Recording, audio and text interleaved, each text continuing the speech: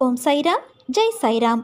என் அன்பின் பிரியமே, என்னை இன்று நீ பார்த்ததும் உன் வேண்டுதலை மனதார ஒரு முறை என்னிடம் சொல்.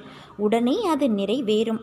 உன் வீட்டிற்கு வந்து நல்ல செய்தி கூற நீண்ட நேரமாக நான் காத்திருக்கின்றேன். உன் வேண்டுதல் நிறைவேற உள்ளது என் தங்கமே. மாபெரும் அற்புதம் உன் வாழ்வில் நடக்க உள்ளது. என் ஆலயத்திற்கு வந்து மனமாற நீ நன்றி சொல்வாய். அழுதழுது கண்ணீர் வற்றி போய்விட்டது, இனி எனக்கு அழக்கூட தெம்பில்லை என்று என்னிடம் கூறினாய். கண்ணீர் வற்றிவிட்டது. ஆனால் உன் முகத்தில் புன்னகை பூப்பதற்கான வழியை நான் உன் வாழ்வில் ஏற்படுத்திவிட்டேன்.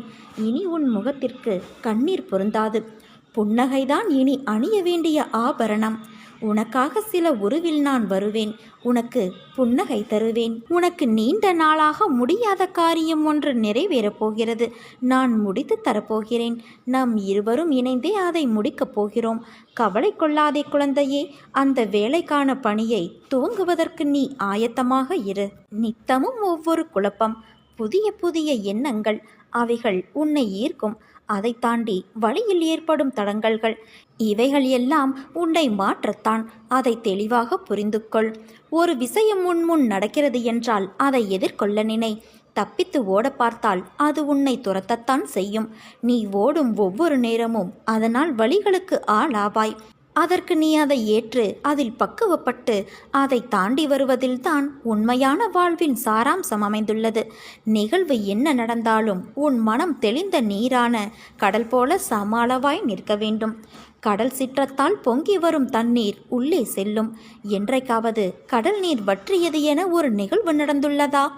1000 மாற்றங்களை கடந்து வந்த பிறகுதான் கடல் தன் சம அளவில் நிலைக்க முடியும். ஐம்பூதங்களுள் ஒன்றாலான கடலுக்கே இந்த பரீட்சை என்றால், ஐம்புலன்களான மனித உடலில் இருப்பவர்களுக்கு எத்தனை பரீட்சை? அந்த பரீட்சை தான் இது. இதில் நீ பாதி தாண்டி விட்டாய். நம்பிக்கை, விசுவாசம், பொறுமை, பக்தி, அன்பு என எல்லாவற்றிலும் வென்ற நீ பாதி கடலின் சமாளவாய் இன்று இருக்கிறாய். ஆனால் உனக்கான உயர்வான இடத்தில் வந்தவுடன் உனக்கு தோன்றும் அகங்காரம், அது மிக தந்திரமான ஆயுதம். அதன் பிடியில் ஈர்க்கப்படுவது சுலபம். இதை அகங்காரம் என்று உணர்ந்து அதிலிருந்து வெளியே வருவது என்பது சிக்கலான ஒன்று. அதற்கு நீ செய்ய வேண்டியது அமைதியான மொழிகள், வாக்குவாதம் இல்லாமல் இருப்பதுதான். ஏவிய அம்புகளுக்கு குறிக்கோள் ஒரு திசைதான். ஆனால் ஏவப்படாத அம்புகளுக்கு குறிக்கோளான திசையாயிருக்கும் வழிகள் அதிகம். என்றைக்கும் தன்னை ஒரு இடத்தில் தாழ்த்தி நினைப்பவர் வாழ்வில் உயர்ந்து இருப்பார். அதை நினைவில் வைத்துக்கொள். நீ என் பரிபூரண அருளும் ஆசிர்வாதமும் அன்பும் பெற்ற என் செல்ல குழந்தை. உன்னை விட்டு நான் விலகுவதும் இல்லை, விலகி போகும்படி நான் செய்வதும் இல்லை. சுற்றி எல்லோரும் உயர்ந்து கொண்டு இருக்க நான் மட்டும் ஏன் இப்படியே இருக்கிறேன் என புலம்பாதே. உன் திறன் வேறு, உன் களம் வேறு, காலம் வேறு. நீ நிச்சயம் வெற்றி பெறுவாய்.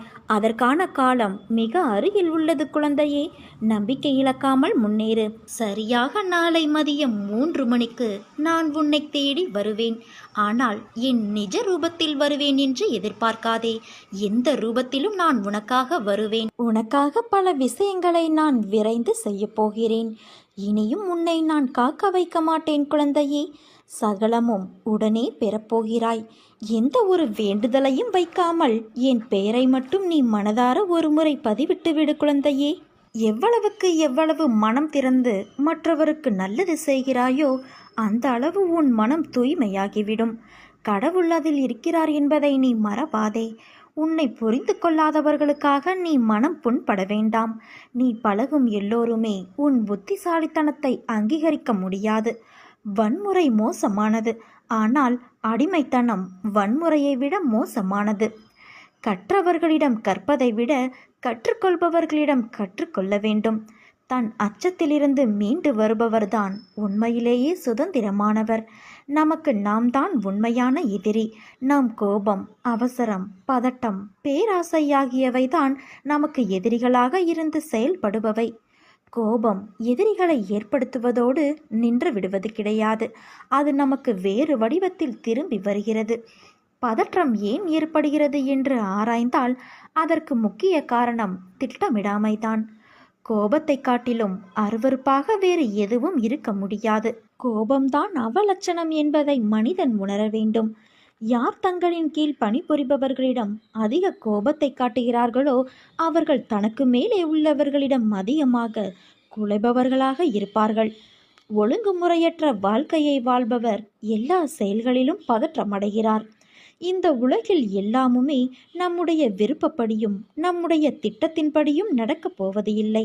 இதை தெரிந்தும் ஏன் கோபப்பட்டு நோயாளியாகிறோம்? கோபத்தை கட்டுப்படுத்தி மகிழ்ச்சியான வாழ்வை நாம் பெறுவோம். நம் வாழ்க்கையில் அனைவருக்கும் துன்பங்கள் வரும். துன்பங்களும் கவலைகளும் இல்லாத மனிதர்களே கிடையாது. துன்பங்கள் வரும்போது துவண்டு விடக்கூடாது. அதை தைரியமாகவும் சாதுரியமாகவும் எதிர்கொண்டால் நிச்சயம் வெற்றி கிடைக்கும். என் நாமத்தை பக்தியோடும் நம்பிக்கையோடும் சொல்பவர்களின் எல்லா விருப்பங்களையும் நானே நிறைவேற்றி தருவேன். நிரந்தரமாக செய்யப்படும் என் நாம ஜெபம் உன்னை என்னிடம் சேர்க்கிறது. பொறுமையோடும் கவனத்தோடும் வார்த்தைகளை மற்றவர்களிடம் பேசும்போது பிரயோகப்படுத்து. அவசரப்பட்டு வார்த்தைகளை கொட்டிவிடாதே. வாழ்க்கையில் நீ சந்திக்கும் தோல்விகளால் மனம் சோர்வடைந்து இதற்கு மேல் என்னால் போராட முடியாது என்று நினைக்காதே. வெற்றி தோல்விகளை குறித்து கவலைப்படாமல் உன் லட்சியத்தை நோக்கி முன்னேறி செல். உன் கடமைகளை தவறாமல் செய். அந்த நம்பிக்கை உன்னை வெற்றி பெற செய்யும்.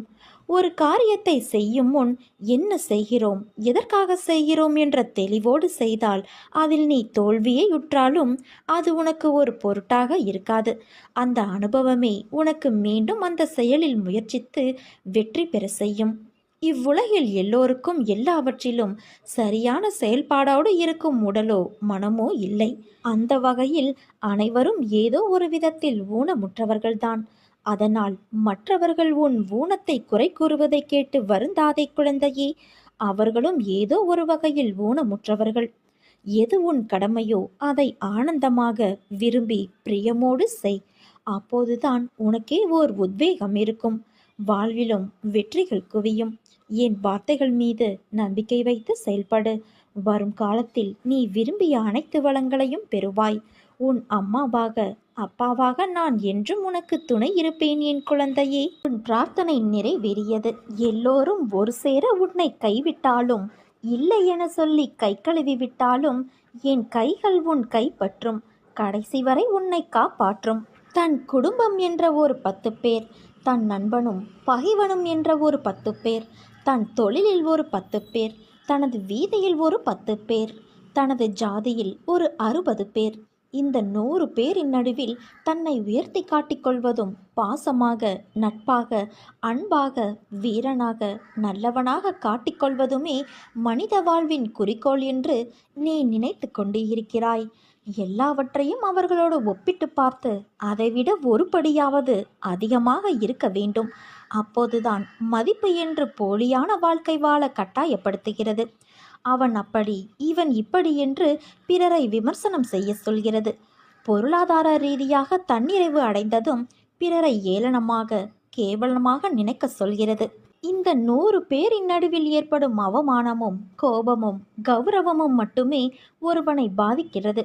இதற்காக தன்னுடைய அத்தனை ஆசாபாசங்களையும் அடக்கி வைத்து மனித ஜடமாக வாழும் பலருக்கு இந்த பூமி பந்து 700 கோடி மக்களால் ஆனது என்பது தெரிவது கிடையாது. என்னுடைய தாத்தாவின் தாத்தா எப்படி இருந்தார் என்பது எனக்கு தெரியாது. எப்படி வாழ்ந்தார் என்பது எனக்கு தெரியாது. அவர் நல்லவரா கெட்டவரா என்று எனக்கு தெரியாது. அவர் பெயர் கூட எங்கள் தெருவில் பலருக்கும் தெரியாது. எங்கள் ஊரில் யாருக்கும் தெரியாது. இதே நிலை எனக்கும் ஒரு நாள் வரும். நான் இந்த பூமியில் வாழ்ந்ததற்கான அடையாளம் அத்தனையும் கால ஓட்டத்தில் மறையும். எதற்காக இந்த 100 பேரின் அங்கீகாரத்தை நான் கண்டு கொள்ள வேண்டும்? யார் இவர்கள்? என்னுடைய வாழ்க்கையில் யாரெல்லாம் வர வேண்டும் வரக்கூடாது என்பதை தீர்மானிக்க இவர்கள் யார்? நான் இன்னும் 1000 ஆண்டுகளுக்கு வாழப்போவது இல்லை. அதிகபட்சம் இன்னும் சில ஆண்டுகள், அதுவும் வெகு தொலைவில் இல்லை. சர்வமும் ஒரு நாள் அழியும். மனித வாழ்க்கை அற்புதமானது, அழகானது. கலாச்சாரம், பண்பாடு, பாரம்பரியம், தத்தமது வாழ்க்கையை யாரும் போலியாக வீணடித்து விடாதே. வாழ்க்கை ஒரே ஒரு முறைதான். தோற்றாலும் பரவாயில்லை, ஆனால் பங்கெடுக்காமலேயே அழிந்து விடாதே. நம் தாத்தாவின் தாத்தாவை நாம் பார்த்தது இல்லை. அதே போல நம் பேரனின் பேரனை நாம் பார்க்க இருக்க போவதில்லை. இதுதான் வாழ்க்கை.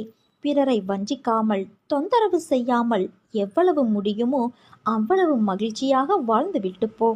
மனம் பகவானை விரும்பினாலும் புத்தி இருக்கிறதே, அது இது தேவையா, இதனால் பலன் உண்டா, இப்படியெல்லாம் கேள்வி கேட்கும். இவர் உண்மையான அடியவரா, இவர் சொன்னால் நடக்குமா என்றெல்லாம் கேட்டு மனதின் நம்பிக்கையை தளர்த்திவிடும். நன்மை கிடைப்பதை தவிர்க்கும். இந்த நிலைதான் உனக்கும் இப்போது இருக்கிறது. நீ அற்புதத்தை அனுபவித்த தருணம் மீண்டும் மீண்டும் அது அற்புதம்தானா, இது உண்மைதானா என்றெல்லாம் மனம் உன்னை குழப்பிக் கொண்டு இருக்கிறது. உன் கவலைகளை நான் தீர்த்தாலும் மீண்டும் இல்லாத ஒன்றை வைத்து இருக்கிற நிம்மதியை நீ கெடுத்து கொள்கிறாய். உனக்கு எல்லாம் இருந்தாலும் எதுவும் இல்லாததைப் போல இருக்கிறது. உன்னோடு நான் பேசிக்கொண்டு இருக்கும் இந்த வார்த்தைகளையும் அதன் உண்மைகளையும் புரிந்து கொள். உனக்கும் எனக்கும் இடையில் இருக்கின்ற சந்தேகம் என்ற தடையை நீக்கி முழுமையான நம்பிக்கையோடு என் பாதத்தில் சரணாகதி அடைந்து பார். நல்லவர்கள் சோதனைக்கு உள்ளாவார்கள், ஆனால் வேதனைப்பட மாட்டார்கள். வாழ்வின் அனுபவங்கள் அவர்களை சிறப்பிக்குமே தவிர கசப்பிக்காது. ஆரம்பத்திலிருந்து கடைசி வரை கஷ்டப்பட்டே வாழ்ந்து செத்தவர்கள் இந்த உலகத்தில் யாரும் கிடையாது. அதே போல பிறந்த தேதியிலிருந்து இறுதி வரை சந்தோஷத்துடனே வாழ்ந்து மடிந்தவர்களும் கிடையாது.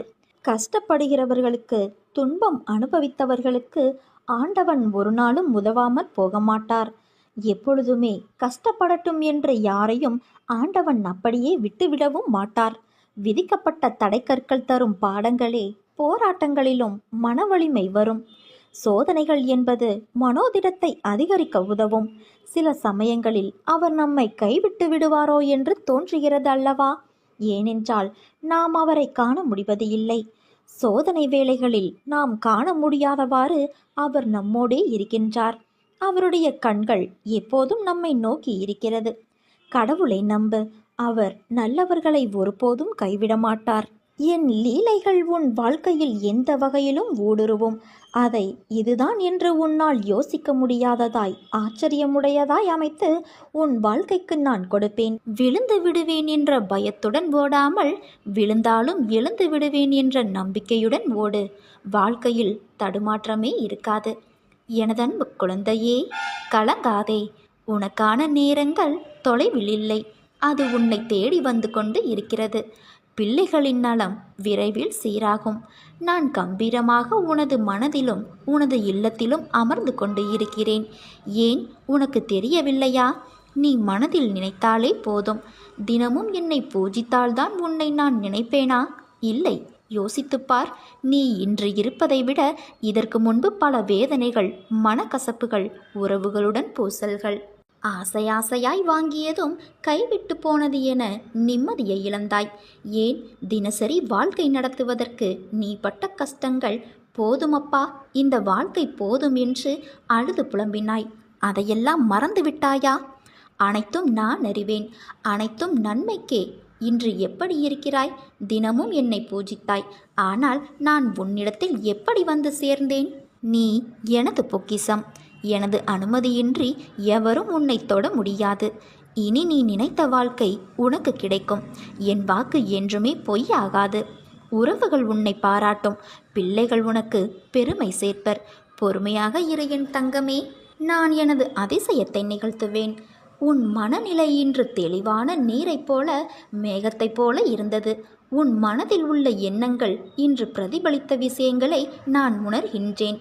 உன் மனதில் உள்ள வழிகளை மறந்து ஒரு யதார்த்தத்தை புரிந்து கொண்டாயல்லவா? நான் என்ன செய்கிறேன் என்று தெரியவில்லை, ஆனால் எனக்கான ஒரு பாதையில் என் சாயப்பா நடக்க வைக்கிறார் என்று. அது கண்டிப்பாக என் குறிக்கோளை உன்னை அடையச் செய்யும். என்னை காயப்படுத்தி முதுகில் குத்தி நம்பிக்கை துரோகத்தை செய்தவர்கள் அனைவரிடமும் எப்படி நான் அதை கடக்க வேண்டும், சகித்து கொண்டு போக வேண்டும் என்று என் சாயப்பா சொன்னதை நான் கடைபிடிக்க வேண்டும் என்ற உயரிய நடைமுறையில் உள்ள நோக்கம் நிச்சயம் உன்னை எல்லா எதிர்மறை சூழ்நிலைகளை சவாலாக எடுத்து துணிந்து தைரியத்தோடு கடக்க செய்யும். ஒரு பழமொழி கேள்விப்பட்டு இருக்கிறாயா? தனிமரம் என்றும் தோப்பாகாது. ஆனால் தோப்பில் உள்ள எல்லா மரங்களும் தனி மரம்தான். இதை ஞாபகம் வைத்துக்கொள். உன்னை சுற்றி 1000 பேர் இருந்தாலும் இல்லாவிட்டாலும் நீ தன்னிச்சையாக செயல்பட முடியும். அதற்கு அர்த்தம் யாரையும் அவமதிப்பு என்று கருதாதே. உன்னை சுற்றி இருப்பவர்களுக்காக நீ இழந்த உன் தனித்துவத்திற்காக இதை நான் கூறுகிறேன். எப்போதும் உன் சாய் தேவாவின் அருளும் ஆசையும் உனக்கு உண்டு. உனக்கு நேற்று தோன்றிய கஷ்டமானாலும் துக்கமானாலும் மற்ற எந்த இக்கட்டான நிலையானாலும் இன்று யாருக்காவது நேர்ந்தது என்றால் அவர்களுக்கு உன்னால் முடிந்த உதவியை செய். உதவி செய்ய முடியாத பட்சத்தில் உன் இதயம் கரையும்படி பரிதவி. அவ்வளவே ஒழிய அவர்களின் உதவியற்ற நிலைமையை பார்த்து ஒருபோதும் நீ ஏளனம் செய்யாதே. இரவெல்லாம் உன் தலையை வருடி கொடுத்தபடி உன் தலைமாட்டில் நான் உட்கார்ந்து கொண்டு இருப்பேன். உன் இதயத்தை என்னை நோக்கி திருப்பி உன் உடலை வருத்தி உபவாசமெல்லாம் இருந்து என்னிடம் வேண்டுகோள் வைத்து கொண்டு இருக்கின்றாய். இதை இந்த சாய் நிறைவேற்றி விடுவேன் என்ற நம்பிக்கை உன் மனதில் வலு பெற்றுவிட்டது. உனக்கு தான் எத்தனை தொல்லைகள்! மத்தளம் கூட 2 பக்கம்தான் இடிபடுகிறது. ஆனால் உனக்கோ எல்லா பக்கத்திலும் இடிகள்தான். எத்தனை நாளைக்குத்தான் நான் பொறுமையோடு பார்த்து கொண்டிருப்பேன்? உன் வேண்டுதலை அலட்சியப்படுத்த விரும்பவில்லை. நீ உன்னை கடுமையாக வருத்திதான் நீ இந்த வேண்டுதலை வைக்க வேண்டும் என்று தேவையில்லை. நான் உன் அருகிலேயே இருக்கின்றேன். நீ உறங்கும் போதும் நான் தாரை தாரையாய் அழுகின்றேன். இந்த கிழவனின் கன்னங்கள் ஒட்டி போகும் வரை உனக்காக நான் விரதம் இருக்கின்றேன். உன்னுடைய தேவைகளுக்காக நான் ஓடியாடி அங்கு இங்கும் அலைந்து திரிந்து உன் பாவங்களை கழித்து வருகின்றேன். நிச்சயம் உனக்கு நல்ல வழி பிறக்கும். நான் உன்னை காக்க வைக்கிறேன் என்று நினைக்காதே. காத்திருப்பதின் பலனை அறியும்போது நீயே கண்கலங்குவாய். அதற்கான காலத்தை அடைய நீ நெருங்கிக் கொண்டு இருக்கிறாய்.